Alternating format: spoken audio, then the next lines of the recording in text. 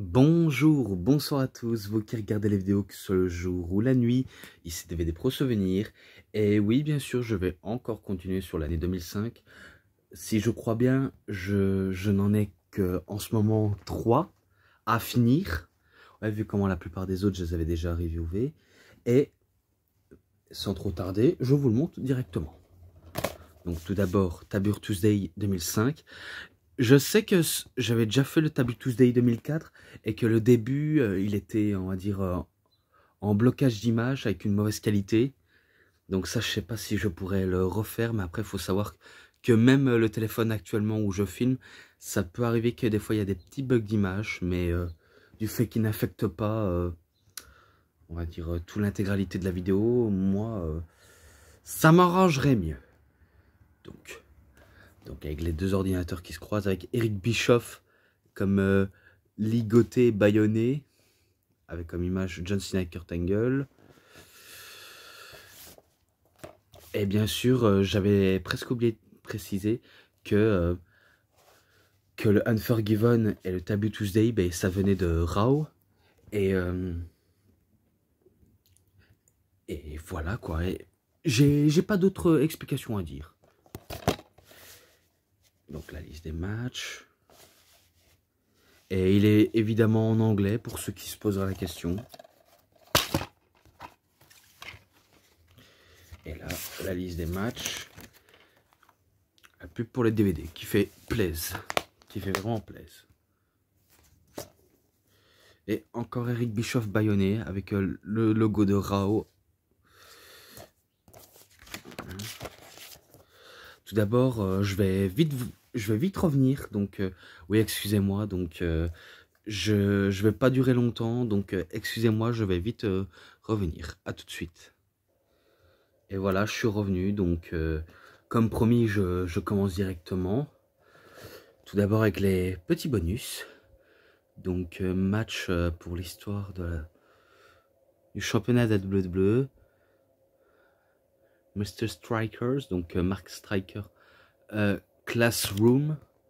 Ouais, donc en gros, il avait une gimmick, Matt Striker, en tant que professeur d'école, et qui était réellement professeur, justement, et qui, selon disait Christophe juste pas dans ce DVD, hein, mais bien avant, parce que faut dire que ce DVD est en version anglaise, donc je sais bien qu'il avait dit qu'il avait séché des fois les cours pour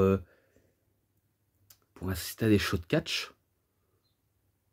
Donc du coup, ben, il nous montre sa personnalité, et peu importe ce qu'il peut en dire. Ensuite, Todd Gresham interview Christian. Ouais, donc je pense qu'il parle après sa victoire ou défaite, je crois.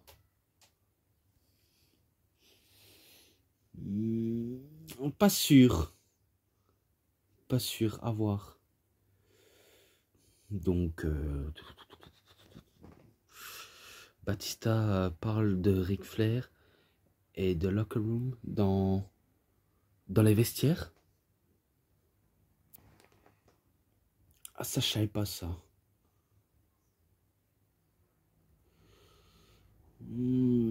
D'accord.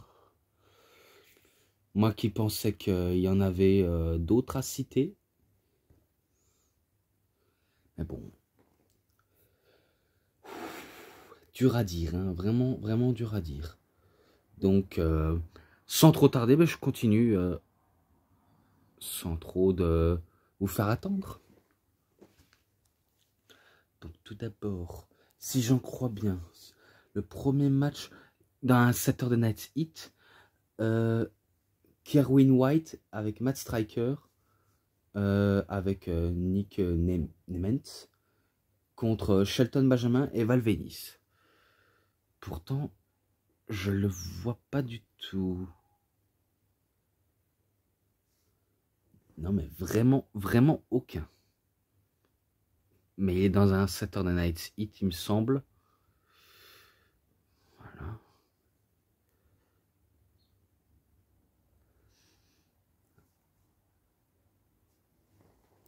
C'est pas grave, c'est pas grave.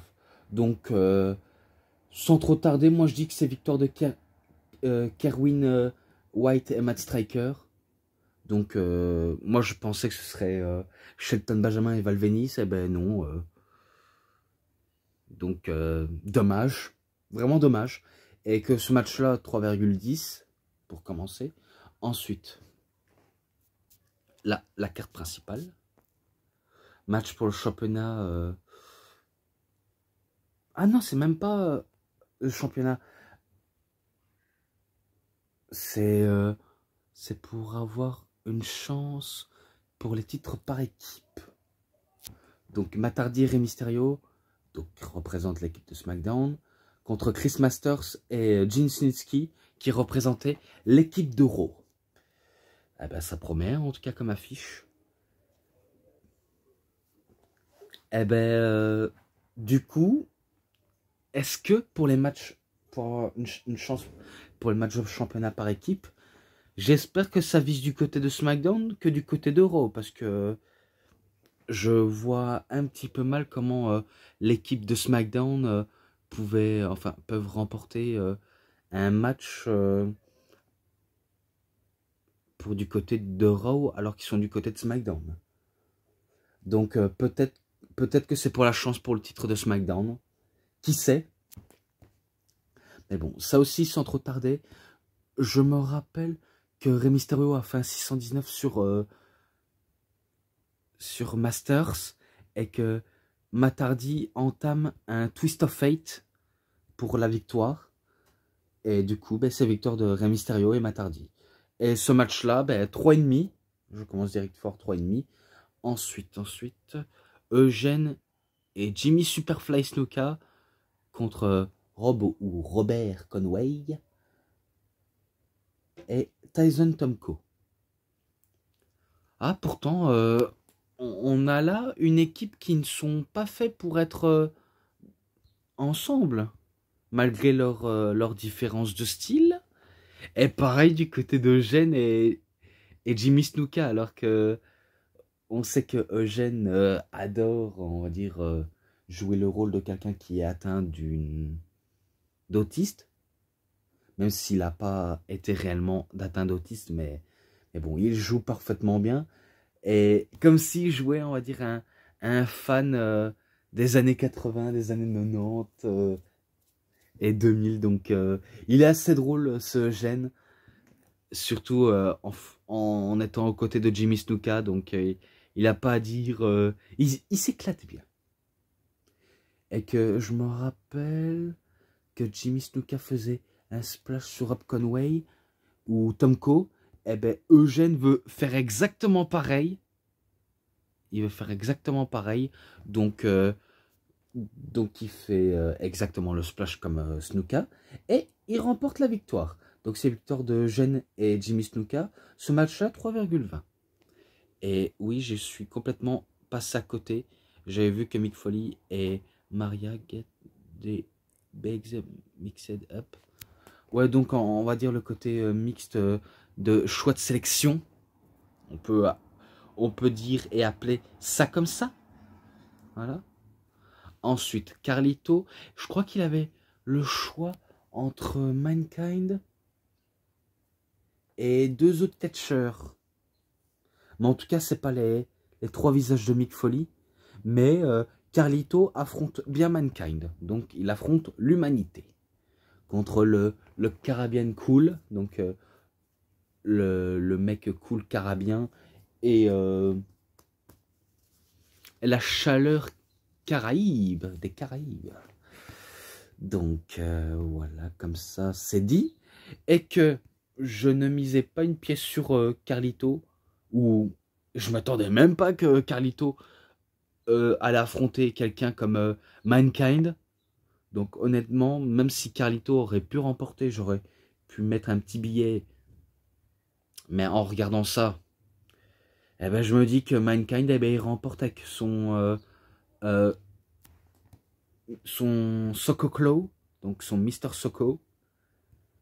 Et du coup, ben, c'est victoire de Mankind. Manière surprenante, hein, manière surprenante. Donc ce match-là, 3,20. Ensuite, Eric Bischoff visite... enfin, il fait une visite à Mr. McMahon. Donc ouais, ils ont parlé de tout et de rien. Donc je crois que il a rien du tout à en préparer, même si il attend la défaite de John Cena. Et que McMahon, je pense qu'il en pense pas moins. Si ce n'est que pour lui, que le meilleur gagne. Voilà.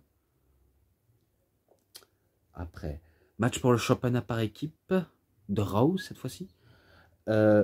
Big Show et Kane contre Lance Cade et Trevor Murdoch. Je crois que c'est là où ça va leur propulser au rang des plus lourds en termes de par équipe. En plus, leur finish est le Chokeslam. Donc, ça tombe bien à pic pour ceux qui auront dur à les surpasser. Et quand je dis dur à surpasser, ça veut dire que Lance Cade et Trevor Murdoch n'arriveront pas à les surpasser, les deux géants, les deux monstres. Et que ils auront tout tenté, ça n'a servi strictement à rien, mais vraiment strictement à rien. Donc du coup, ben, Big Show et Kane font un chokeslam, je crois que sur Lance Cade ou alors bien Trevor Murdoch. Et ben ils font un double chokeslam et ils remportent le match. Donc c'est victoire de Kane et Big Show, 3,5. Voilà, je mets un 3,5. Ensuite, Vader, Goldust et Jonathan Coachman. Prepare for the 3 match. Ah ouais, donc encore un petit combat de légende entre Vader et Goldust, même si il continuait encore de catcher à cette époque. Et je crois qu'il sortait de la TNA, Goldust. Oui, je sais que vous ne le saviez pas. Goldust, il avait déjà fait un passage à la TNA sur une autre identité, je crois. Ah, peut-être. Il me semble que je n'ai pas tout à fait tort. Ah, non, non. J'ai pas envie de tout me tromper de tout et de rien non plus. Donc. Et c'était de WWE Divas, une up to find out white outfit the he'll be wearing in the fulfill for fantasy battle royale. Attends, ça je sais pas, ça il faudrait que j'aille vérifier maintenant. Ouais, je vais aller tout de suite voir si je ne me trompe pas du tout là-dessus. Alors, j'ai regardé vite ça vite fait. En fait, ils annoncent une petite stipulation pour une petite bataille royale fantaisiste. Donc, à mon avis, peut-être qu'ils seront en costume. D'écolière. Parce que moi, je crois avoir déjà vu par ce DVD, mais après, ça m'est vraiment sorti de la tête. Donc voilà pourquoi j'ai dû un petit peu couper pour savoir ce qu'ils disent est vrai. Donc ils sont en pleine préparation, ils annoncent la petite stipulation où ils seront en tenue d'écolière. Donc vous avez deviné le truc. Mais bon, ça ce n'est pas le but de j'en parle, on va dire maintenant, car ce n'est pas encore la bataille royale, que ce sera justement là, après ce match entre Batista contre Jonathan Gresham, enfin Coachman, et pas Gresham. Jonathan Gresham, c'est un catcheur anciennement de la Ring of Honor, mais peut-être qu'il va catcher ailleurs que la Ring of Honor. Mais bon, donc c'est juste Coachman, donc le coach, avec Goldust et Vader. Je sais pas si... Ah ben oui, peut-être qu'ils étaient comme accompagnateurs. Donc, si Jonathan Coachman pense que ça va l'arrêter, Batista, eh ben Batista va pas s'arrêter pour ces trois mecs, vu comment il les bouffe au petit déjeuner, il les mange, il les tortille. Donc, ouais. Donc, pour moi, c'est victoire de Batista. Et ce match-là, 3,5 également. Qu'est-ce que vous voulez que je dise? Vu comment, pour moi, Jonathan Coachman n'a aucune chance, même s'il est aidé par Goldust et Vader. Ça ne va rien suffire et c'était un combat de rue. Mais il n'y avait pas de titre en jeu. Non, le titre était même pas en jeu. Dommage. Donc, j'ai déjà noté. Ensuite, interview de Shawn Michaels, que Todd Grisham l'interview. Il dit que ça faisait un bon moment qu'il n'a jamais remporté ce titre et qu'il tenait à essayer de le gagner, sinon ses chances seront envolées à jamais. Donc, il nous promet qu'il arrivera peut-être à devenir champion, s'il l'arrive. Donc maintenant, le Fulfill Your Fantasy Battle Royale. Donc, réalisez votre Fantasy Battle Royale. Donc, oui, il catch en costume d'écolière. Donc, Trish Stratus contre Ashley Messaro, contre Candice Michel, contre Mickie James, contre Maria Kanellis, ou alors à l'époque il s'appelait pas encore Kanellis, et contre Victoria, qui sera pour la TNA Tara. Donc maintenant, vous le saviez, aucune va réussir à, on va dire, à détrôner la championne, parce que oui, le championnat était en jeu, le championnat féminin, et du coup, c'est Trish Stratus qui remporte ce match et qui conserve son titre, et elle élimine en dernier Victoria, vu comment les autres sont déjà fait éliminer. Donc ce match-là, 3,10, c'est pas des genres de trucs que j'apprécie, mais après, on peut se marrer, on peut se taper des barres de rire en regardant ça. Donc maintenant, là, un peu plus sérieux, match en cage pour le championnat intercontinental, Ric Flair contre Triple H. Celui-là, je l'avais déjà noté dans le coffret du Nature Boy. Et je crois que j'en avais pas déjà fini, vu comment j'avais déjà noté dans un autre coffret que je me rappelle plus. C'est soit sur le coffret de Ty Kingdom Comes de Triple H. Ah, peut-être. Mais bon. Par contre, je crois que je me suis trompé sur la victoire de Ric Flair. C'est qu'il s'est échappé de la cage. Mais bon, il aura quand même se défendu et qu'il aura saigné Triple H et que même Ric Flair a fini totalement en sang, si je crois bien ce que je vois, parce que c'est vrai qu'avec Ric Flair et Triple H, on peut s'attendre à tout. Un combat sanglant, un combat qui promet vraiment.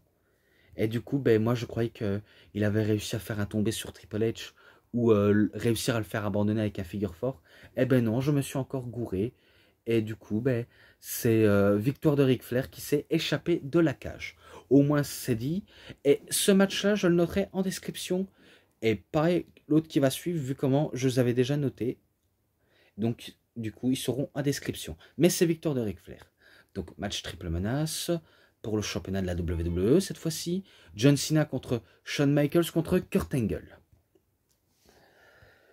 Il n'y a pas à dire. C'est vraiment une explosivité ce match. Il s'est passé de tout. Il y a même une petite association entre Kurt Angle et Shawn Michaels pour détruire ou éloigner John Cena avant qu'il se trouve en tête-à-tête pour se battre. Et que le meilleur gagne. Donc c'est un peu leur quotidien et politique. Donc ils vont au combat sous le ring pour gagner. Et c'est pareil pour John Cena qui va être adopté un côté guerrier, soldat militaire. Et que, si je crois bien, il arrive à se relever des chocs. Normalement, le gros choc qu'il a eu dans la table des commentateurs, et qu'après, il explose, car c'est vrai que John Cena, il a une telle explosivité, et qu'après que Michaels ou Angle se soient débarrassés de John Cena, ça permet à Shawn Michaels de faire un switch de musique sur Kurt Angle, mais que John Cena va revenir très rapidement, et qu'il va le faire un FU, et du coup, il fait le tomber et il remporte le match. Donc, c'est victoire de John Cena. Vous avez compris, ce match-là en description. Ensuite, Taboo Tuesday, musique vidéo. Ouais. Pour clôturer ce DVD. Donc, moi, j'en ai fini, en tout cas, avec cette review. Donc, voilà. Pour ce qui est des matchs, petit bonus, sainement ensemble. 3,70. Voilà, je lui mets un 3,70 et ça conviendra. Donc moi j'en ai fini avec cette review, j'espère que vous avez bien aimé. En tout cas, si cette review vous a plu, vous savez ce qu'il vous reste à faire. Likez la vidéo, commentez, partagez, abonnez-vous à ma chaîne, cliquez sur la petite cloche pour avoir plus de notifications des prochaines vidéos. Et moi je vous dis bonne journée, bonne soirée à tous. Au revoir tout le monde pour une prochaine vidéo. A plus les fans de catch. A plus.